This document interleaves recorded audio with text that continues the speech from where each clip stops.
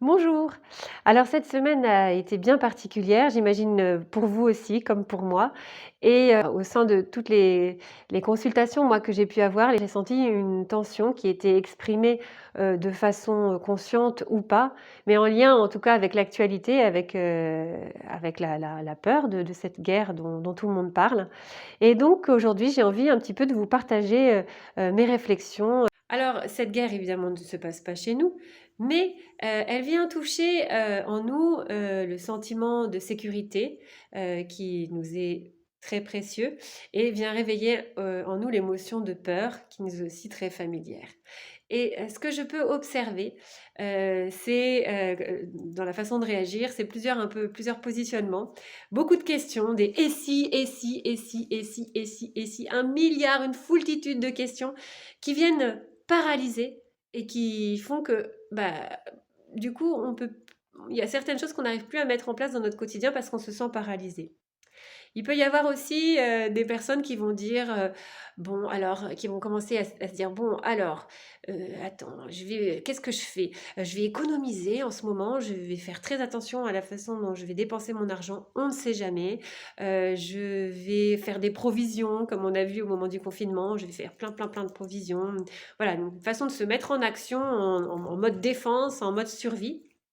Et puis aussi, une autre façon de réagir qui peut être, alors dans quel endroit du monde est-ce que je pourrais, vivre pour être en sécurité? Bon, je plaisante un peu, mais une façon de se c'est la question, j'imagine qu'il y a plusieurs personnes peuvent se poser cette question, mais est-ce que j'aurais pas envie d'aller dans un autre pays, d'aller, je sais pas, dans une île, à l'autre bout du monde pour être sûr d'être tranquille? Et donc ça, c'est une façon de fuir, hein. Vous avez reconnu cette envie de fuir et puis, une autre façon d'avoir envie de fuir, mais qui s'exprime pas de la même façon, c'est aussi de dire, «Bon, en fait, de toute façon, je ne peux rien faire, je n'ai aucune prise sur ces événements, donc je continue à avancer. C'est pas la peine de s'inquiéter pour rien, la vie continue et je fais comme si de rien n'était», en gros. Bon, je caricature, mais voilà. Alors on peut bien sûr dire: «Oh mais non, ça sert à rien d'avoir peur, mais non, faut pas avoir peur». On peut répondre aussi: mais oui, vous avez raison d'avoir peur, et d'ailleurs c'est vrai, on va tous mourir». Bon, et c'est sûr que la thérapeute que je suis, qui répète à longueur de journée qu'on ne gère pas ses émotions, mais qu'on les accueille, et bien, là, je suis obligée de me poser cette question et de me dire: «Bah, dans ce cas concret, comment on fait avec cette peur? Est-ce qu'on essaye de l'éviter? Ben non, parce que si elle est là, c'est pas pour rien.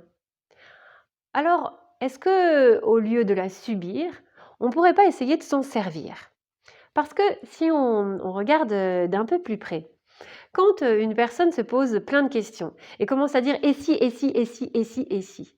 Eh bien là, je reconnais, quelque chose qui est tout à fait inhérent à la peur, le réflexe qu'on a devant la peur, c'est la paralysie.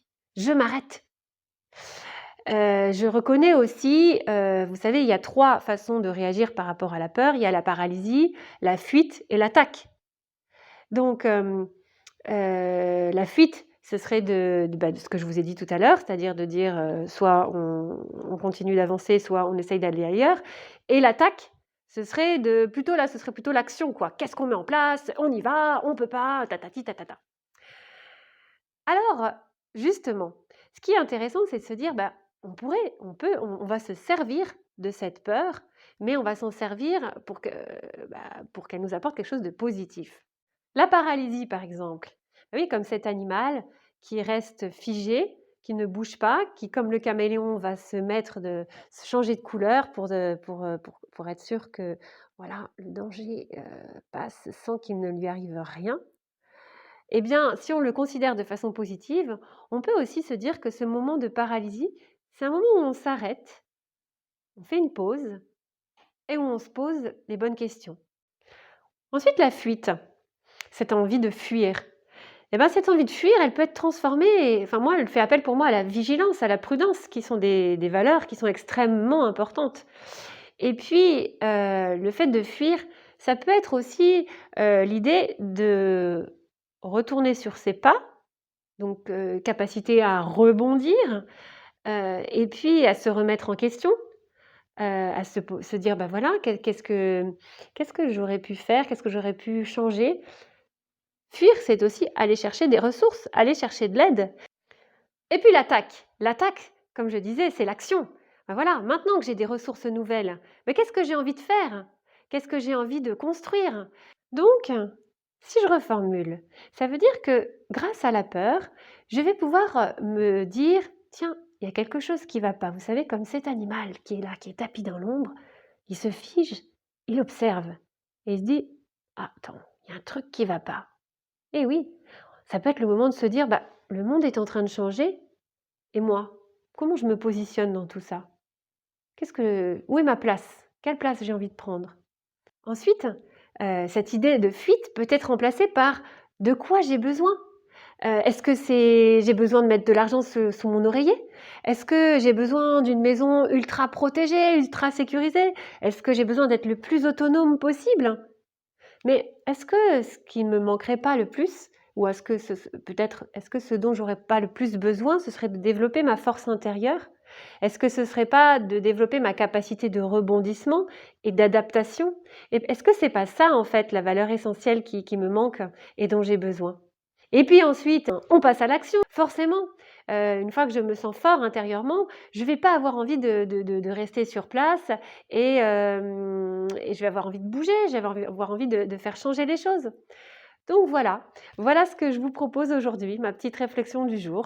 Alors forcément, si je vous les pose, je vous avoue, hein, ce sont des questions que je me pose à moi-même, hein. Il n'y a vraiment aucun jugement dans ce que j'ai dit, même si parfois je l'ai fait un peu de façon humoristique. Ah, n'hésitez pas, vous, aussi à interagir, parce que voilà, c'est un sujet, je pense, qui peut être douloureux un peu pour tout le monde, mais il est important de savoir s'en emparer et savoir comment on se l'approprie.